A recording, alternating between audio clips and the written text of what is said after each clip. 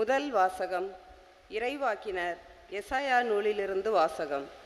ஆண்டவர் கூறுவது, இதோ என் ஊழியர், அவருக்கு நான் ஆதரவு அளிக்கிறேன். நான் தேர்ந்து கொண்டவர் அவர், அவரால் என் நெஞ்சம் பூரிப்படைகின்றது. அவருள் என் ஆவி தங்கும்படி செய்தேன். அவர் மக்களினங்களுக்கு நீதி வழங்குவார். அவர் கூக்குரலிடமாட்டார், தம் குரலை உயர்த்த மாட்டார். அவர் தம் குரலில் தெருவில் எழுப்பவும் மாட்டார். தெரிந்த நாணலை முறியார், மங்கி எரியும் திரியை அணையார்.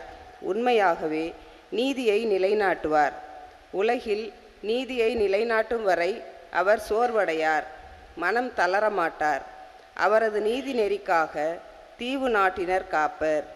விண்ணுலகை படைத்து விரித்து மண்ணுலகை பரப்பி உயிரினங்களை தோன்றச் செய்து அதன் மக்களுக்கு உயிர் மூச்சு தந்து அதில் நடமாடுவோருக்கு ஆவியை அளித்தவருமான இறைவனாகிய ஆண்டவர் கூறுவது இதுவே.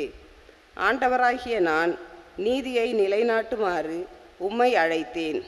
உம் கையை பற்றி பிடித்து உம்மை பாதுகாப்பேன்.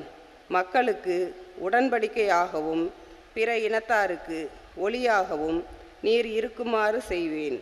பார்வை இழந்தோரின் கண்களை திறக்கவும், கைதிகளின் தலைகளை அறுக்கவும், இருளில் இருப்போரை சிறை நின்று மீட்கவும் உம்மை அழைத்தேன். இது ஆண்டவர் வழங்கும் அருள்வாக்கு. இறைவனுக்கு நன்றி.